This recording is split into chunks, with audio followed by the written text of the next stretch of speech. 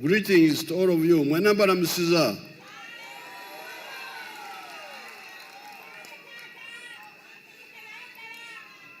I want to thank the NRM Electoral Commission for nominating me. And I also want to thank the nominators, the seconders, the nominators, the seconders, and my lawyers and the secretariat who organized all these documents, because they are not easy. You have heard that they got signatures from 151 districts in such a short time. I thank everybody who was involved. I hope the whole membership of the NRM and its structures will support my candidature as the chairman of the NRM for the 2025-2031 period, and also as flag bearer for the NRM in the presidential contest for the 2026-2031 period. Why do I say you should support me now that I am your flag bearer and your chairman? Why? There must be reasons. It's not just emotional.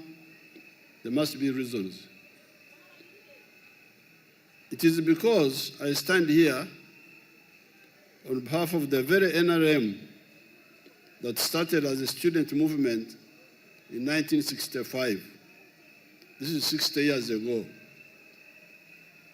That nascent student movement emerged in a very fragmented landscape where polarization was following tribes and religious denominations. Twatandikira ekibiina ky'abavubuka ensi yammwe yonna mu by'obufuzi baali bamaze okugiyuzaayuza. Yali mu what do you call fragments in Uganda?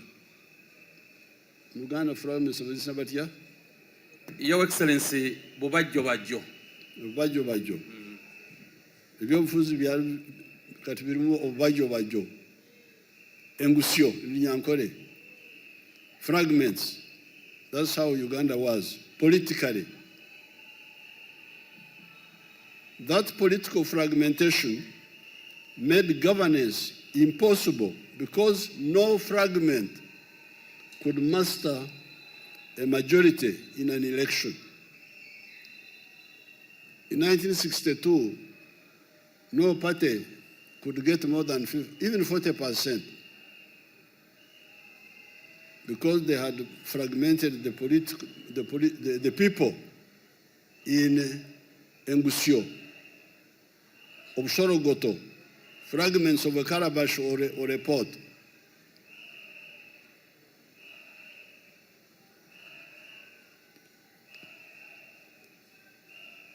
The fragmentation also could not allow institutions to be built up.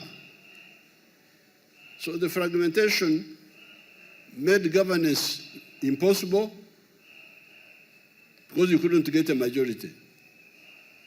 If you say Baganda are not even 17% of the population of Uganda. So how will you get a majority? If you say Banyankore, if you say you will not get far. If you say religion, Catholics, Protestants, none of them can even be 40%. So that's what happened. Fragmentation meant impossibility for governance. This is the point I'm raising here. But that fragmentation also could not allow institutions to be built up. The victim institutions included the army, the judiciary, the civil service, etc. The second reason why I am coming forward and I'm pushing the NRM is to have leaders and a party that understands and is committed to the need for a qualitative leap from the status of the lower middle income country of $66 billion by the end of June 2026 to a high middle income country of $500 billion in the next few years. Some of our people talk of 2040. That is too far for me. I do not see why we cannot achieve it earlier if we are really aggressive in the pursuit of the objective and eliminate corruption. Why do I say this? It is because much of our $61 billion economy of today is raw materials. Our coffee, as it has coffee, which is called cassé, brings in $2.5 per kg, per kilo. Yet the one who roasts, grinds, and packs the coffee earns from $25 to $40 per kilo. That is how all the coffee-growing countries of the world earn $25 billion out of the total value of $460 billion. And Germany, another coffee-growing country, earns $65 billion from coffee.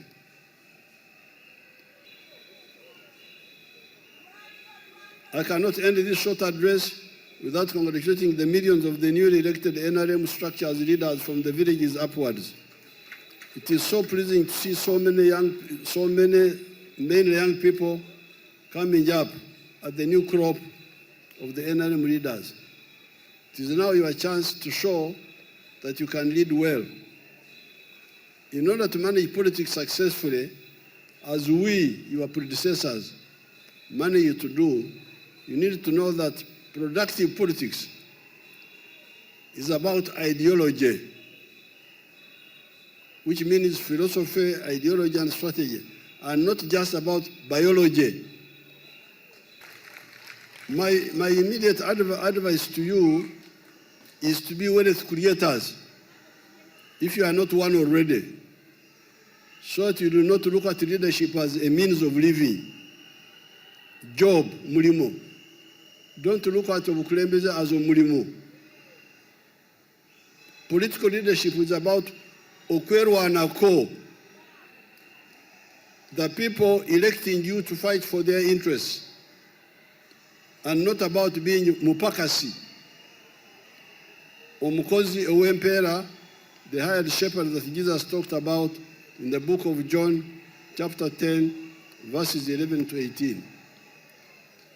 If you are not yet a wealth creator already, you should see how additional government programs such as PDM and Emyoga can help you to start becoming one. You are the father of Uganda. I'm a gift of Africa.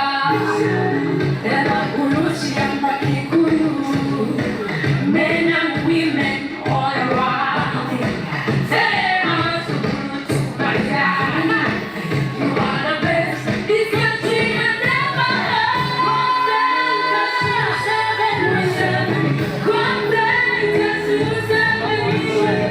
You are the father of Uganda.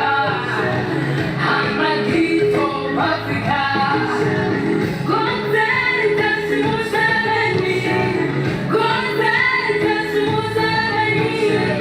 You are the father of Uganda. I'm a gift of Africa.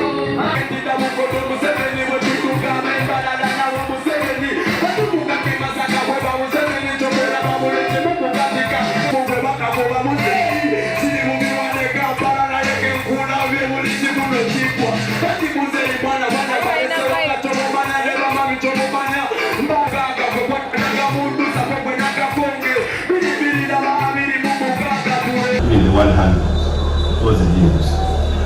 Ladies and gentlemen, second national vice chairperson, national, the document you wanted to give us was not given.